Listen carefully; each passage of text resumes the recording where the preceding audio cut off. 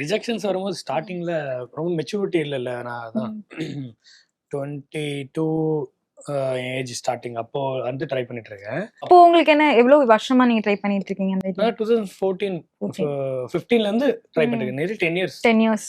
10 இயர்ஸா ட்ரை பண்ணிட்டு இருக்கேன். ஸோ ஆக்டிங்குள்ள அதுக்கு முன்னாடி ம். எடிட்டிங்ல பேக்ரவுண்ட்ல இருந்து ம். பண்ணிட்டு இருந்தேன். ஸோ ரிஜெக்ஷன்ஸ் ஃபர்ஸ்ட் வரும்போது ஆடிஷன்ஸ்னு போவோம். ஆடிஷன்ஸ் போயிட்டு பாதி ஆடிஷன்ஸ் என்ன எடுக்கிறாங்கன்னே நம்மளுக்கு புரியாது ஆக்சுவலி. டைலாக் பேசு போ அப்படின்வாங்க. சில ஆடிஷன்ஸ்ல ரொம்ப ப்ரிசைஸாக கேட்பாங்க, இது பண்ணு அது பண்ணுன்னு. அது ரொம்ப எக்ஸ்பெக்ட் பண்ணுவோம். ஓகே செலக்ட் ஆகிடுவோமா அப்படின்னு. அது ரிஜெக்ஷன்ஸ் இருக்கும்போது ரொம்ப அப்போ ஃபீலிங்காக தான் இருக்கும். ஏன்னா அவ்வளோ மெச்சூரிட்டி வரல ஹேண்டில் பண்ணுறதுக்கு. ம்.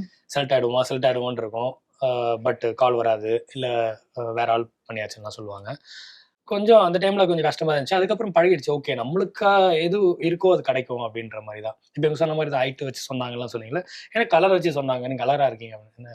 கருப்பா இருக்கீங்களா கருப்பா இருக்குன்னு சொல்லிடுவாங்க. கலர் அவங்களுக்கு என்ன வேணும்னு இருக்கு ம். பார்த்தீங்களா, அது அவங்க மைண்ட்ல இருக்கும். ஓகேங்களா, அவங்க ரிஜெக்ட் பண்றது தப்பே கிடையாது. ஏன்னா கேரக்டருக்கு என்ன தேவையோ அதுதான் எடுத்துக்க போறாங்க.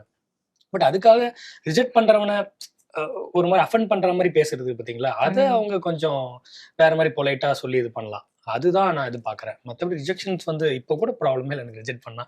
அடுத்தடுத்து பண்ணும்போது. ஏன்னா நம்மளுக்குன்னு ஒரு ஸ்பேஸ் இருக்கும் பார்த்தீங்களா, அது கிடைக்கும்போது நம்ம அத கிராஸ்ப் பண்ணிக்கிறோம். நம்மளோட விஷயத்த அங்க காட்டப் போறோம் அவ்வளோதான்.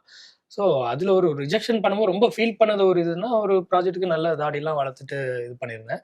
அது டேக் ஆஃப் ஆச்சுன்னே தெரியாது எனக்கு. ஓகே. டேக் ஆஃப் ஆயிடுச்சு. நீங்க பண்றேன்னு சொல்லியிருந்தாங்க. எல்லாம் பேசி 3, 4 மந்த்ஸ் தாடி முடியெல்லாம் வச்சு இருக்கும்போது, அது டேக் ஆஃப் ஆகி போயிட்டு இருக்கு. நான் அதுக்கப்புறம் நான் ஏடி கிட்ட பேசும்போது தான் வேற சொல்லல ப்ரோ இது மாதிரி டேக் ஆஃப் ஆகி போயிடுச்சு அப்படின்னு. அது சொல்லக்கூட மாட்டாங்க. ம்.